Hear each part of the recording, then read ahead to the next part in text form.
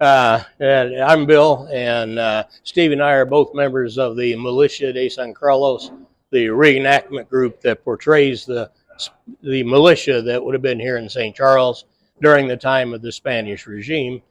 We would have had some training under the Spanish Louisiana Regiment that we'll get into here in a little bit. I also am a volunteer here at the Lewis and Clark Boathouse and Museum. Steve, you want to? I joined right after I retired, got involved with this group, and I really enjoyed it. I still do as many activities as I can. I spend a lot of time at the Boone home right now interpreting, and in fact I'll be at the Historical Children's Day tomorrow, and then Wednesday of next week is the homeschool days down at the Boone home, so I'll be black powder firing on that day. So I just do a wide variety of things. So, you want to go ahead and initiate this? Basically, about 1762 to 1803, 1804, Spanish came into this area. And these were the two kings of Spain that were in charge at the time that the Spanish were here. King Carlos probably for the longest time.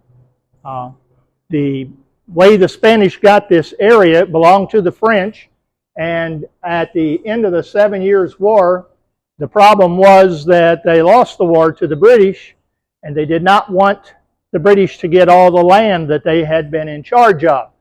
Much of that, everything west of the Appalachian Mountains. And so the kings of Spain and France were cousins. They were members of the Bourbon family. And so they basically, the French king said, why don't you take the land west of the Mississippi River? And so Spain took over that. There was a secret treaty that no one knew about. And so we kind of took over the western part of the United States. To give you an idea, Pierre Leclerc founded Saint Louis 1764, and France and Spain finally revealed the secret treaty and confirmed that Spain is now in control of everything west of the Mississippi River. Antonio de Ula was the governor of Louisiana, the first one, although he didn't go over very well. In fact, he was thrown out of office and jailed. And so his replacement is the one that came in and took care of it. This is the basic idea that they did not send a lot of Spanish troops to this area in upper Louisiana. They were mostly in New Orleans. And the issue was how to keep the British from going up the Missouri River and getting into this area. And that's what the French and Spanish were concerned about. And so you can see they had about 35 regular soldiers.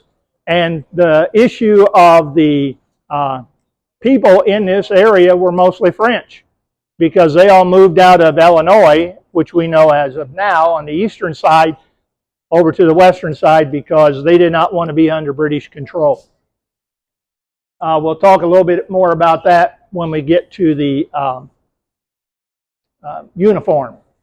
There's Ulloa, and Alejandro O'Reilly is the one that came in after him, and he's the one that kind of cleaned it up. Don't you love that Spanish name? Yeah, right. Alejandro O'Reilly. Yeah. And he actually was Irish. Yes. Yeah. And so O'Reilly put down the French revolt in New Orleans, and he made everybody that was complicit pledge allegiance to Spain, and he kind of took it over. One of the things that, of course, in San Carlos here is an important date is 1769. That's when the Frenchman Louis Blanchet came down and wanted to open up a fur trading business. He had to get permission from Spain to do that. So even though he was French, he had to ask Spain for permission. So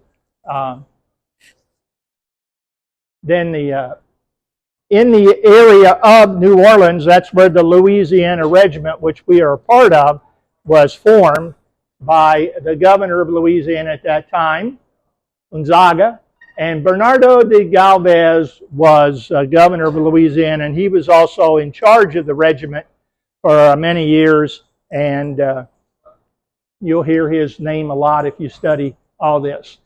I want you to take a peek here. This is Upper Louisiana. That's the area that you're in now. You can take a look at the number of governors they had in the 40 years that we were here. I think the longest one is like 12 years, and he was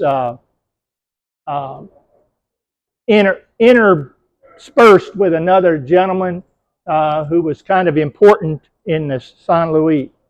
So you can see all the different names here, and I don't want to spend a lot of time on that.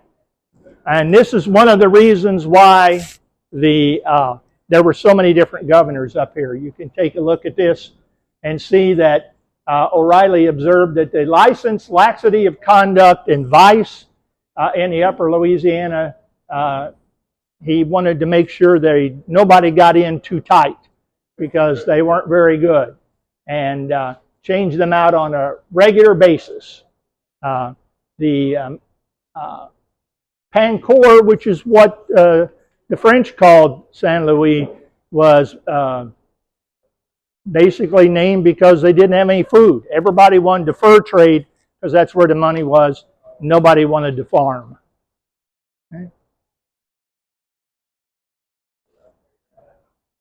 Okay, this is a gentleman who's most important to us in this area, Fernando de Leyva. He was the gentleman who was in charge of St. Louis at the time, and he got wind of a British invasion and a plan that they were going to take over the Mississippi River. And they wanted to move from here down to St. Genevieve and then on down the river to New Orleans. And so de Leyva had found out about this. He set up some defenses and used most of his own money to do this. And he didn't get his 2 towers built, but he got 1 built. And that tower, he put the cannon in. Some of the cannon came from the fort that was on the Missouri River here near San Carlos.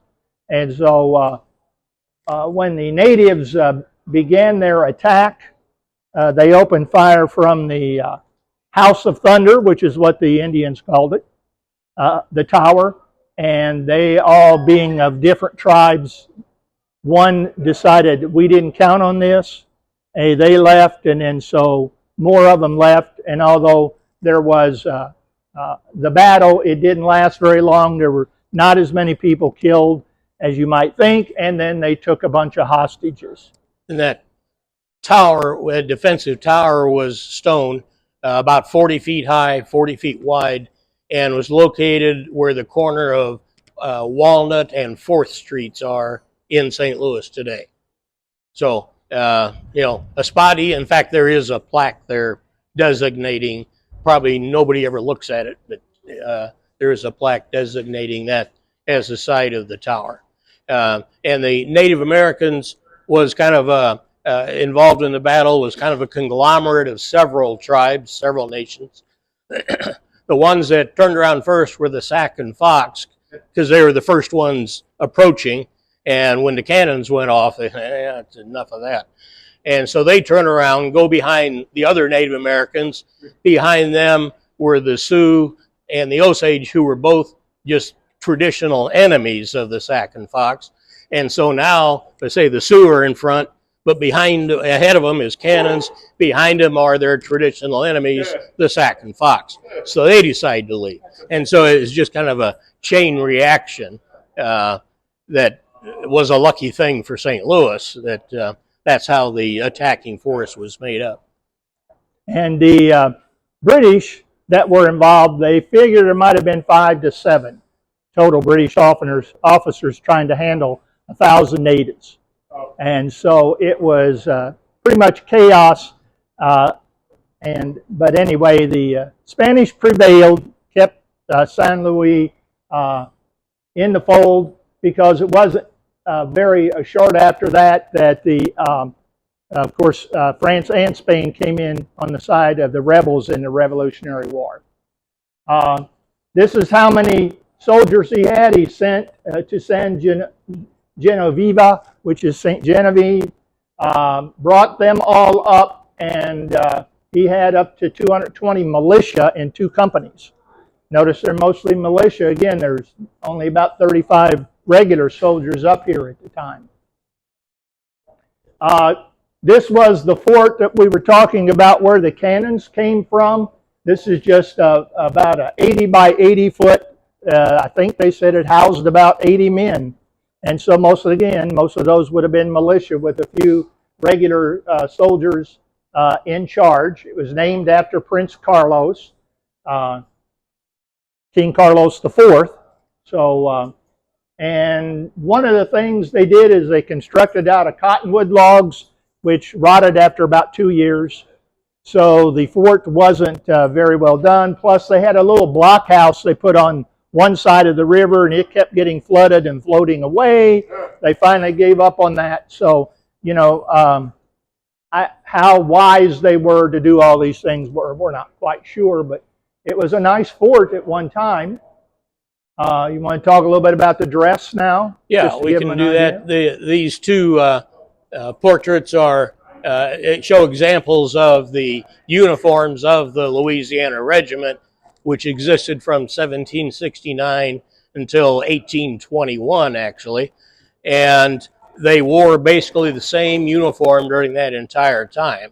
By the time the regiment was disbanded in 1821, they were horribly out of date as far as, you know, the style of uniform they were wearing.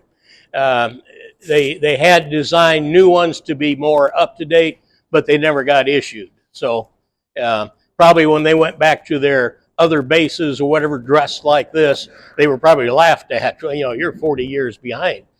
But anyway, in both you see the Louisiana infantry. It was an infantry unit, and the full dress is like what Steve has on.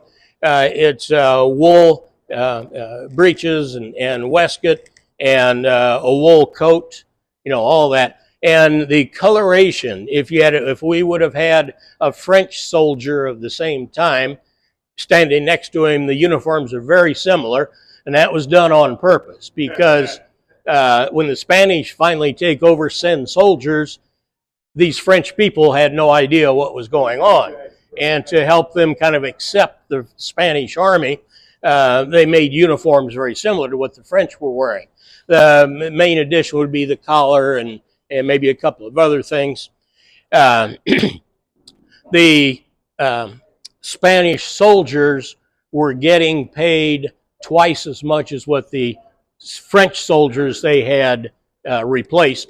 And a lot of the French soldiers went ahead and joined the Spanish army, but they were still getting French pay. And so, you know, they're getting half as much as what the Spanish soldiers were. And they complained, and of course the way to fix that is you cut the pay of the Spanish soldiers in half. And so everybody's unhappy. Right. But anyway, that is, like I say, pretty much a full dress uniform. He has the officer's lapel or epaulette and so on. The hat, you know, very stylish, black bicorn, almost a bicorn, with a red cockade in it, which indicates we are Spanish. Every country had their own color of cockade. Every country had numerous colors of uniforms, and so the way you tell everybody apart is by the cockade in their hat. Because there might be other armies with a similar uniform. The British and French uniforms, if you got the right 2 units together, they would look almost identical, except for the hat. And of course, various parts, the gaiters covering our legs. And by comparison, I'm wearing more of a fatigue uniform made out of cotton. Most of the Louisiana Regiment was stationed along the Gulf Coast. And it gets hot down there. And they realized, you know, like 3 layers of wool is too much. And so they would get one of these uniforms once every 3 years. And you were supposed to make that last. Well, of course, that's not very practical. So then they came up with a fatigue uniform made out of cotton, cheaper to make, much lighter weight, and you got one of those every year. The correct fatigue uniform, I would have a white vest on, but the white trousers or breeches and so on, well, you can imagine wearing that all year long and what a white uniform looks like when you're done with that. Let's see. Well, equipment-wise, we carry, like almost everybody did, we have a bayonet for the musket, and we have a cartridge box. And then also in the Spanish Army, where compared to maybe, say, the British, the French sometimes, they would carry a short sword on a belt. Well, the Spanish carried a machete, and, you know, for clearing brush, I guess, and use it as a short sword and so on. You want to add?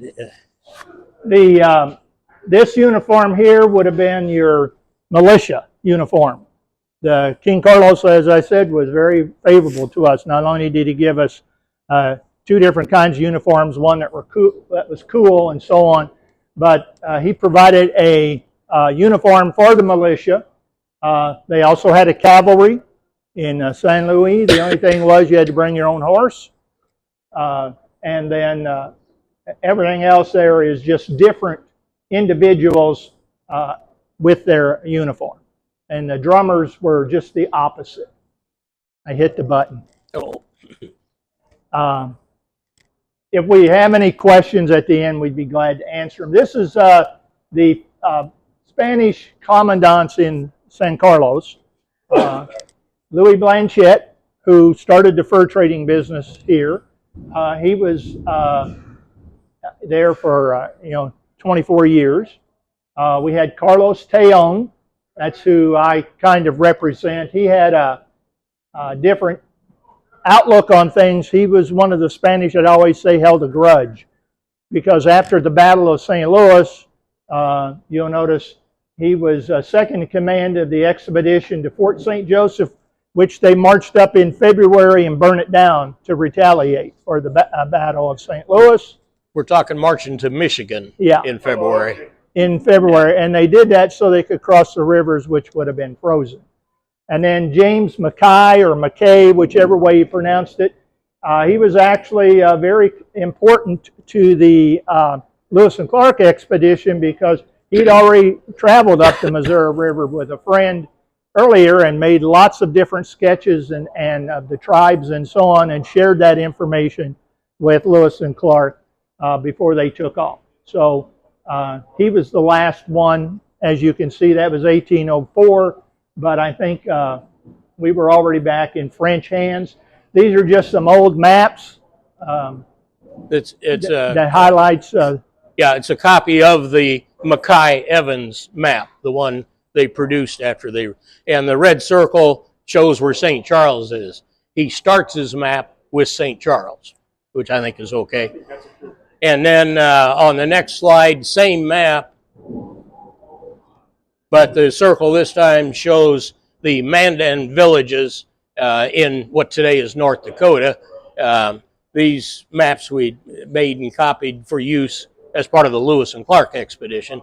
But the Mandan villages then, so St. Charles in the far lower right, Mandan villages of North Dakota.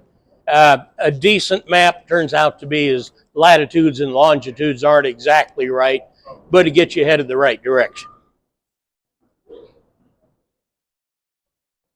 And here's a close-up then view of the lower right corner. It does have the Missouri River labeled, and then St. Charles on the north side there.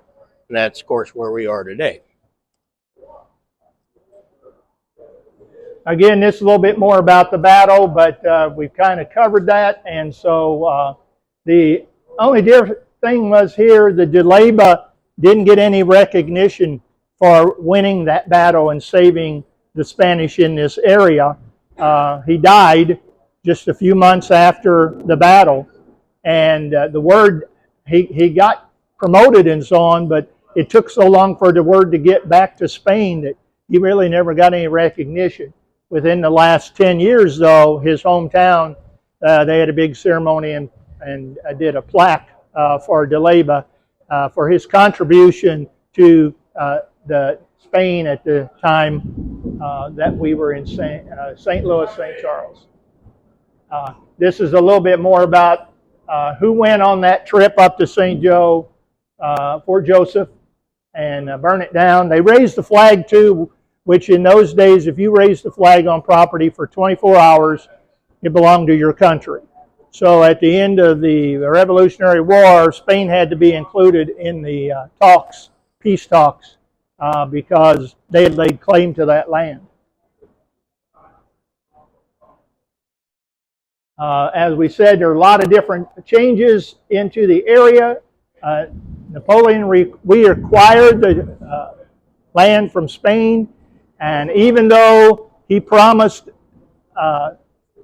Spain that he'd give them first rights of refusal if he tried to sell it, being the kind of person Napoleon was, he did not do that, sold it to Thomas Jefferson in the United States, and Spain was just out. This was a little bit about an event that went on in St. Louis after the land had already changed. They didn't know about it in St. Louis. You know, they didn't have text messages or anything. So it took a while for them to find out, hey, you're no longer under Spanish control. In fact, you went through some French control for about a year, and then you're now part of the United States. So they held a ceremony called the Three Flags Ceremony, where they raised, they had the Spanish flag up. The next day, evening, they took that down. The next day, they put up the French flag for one day.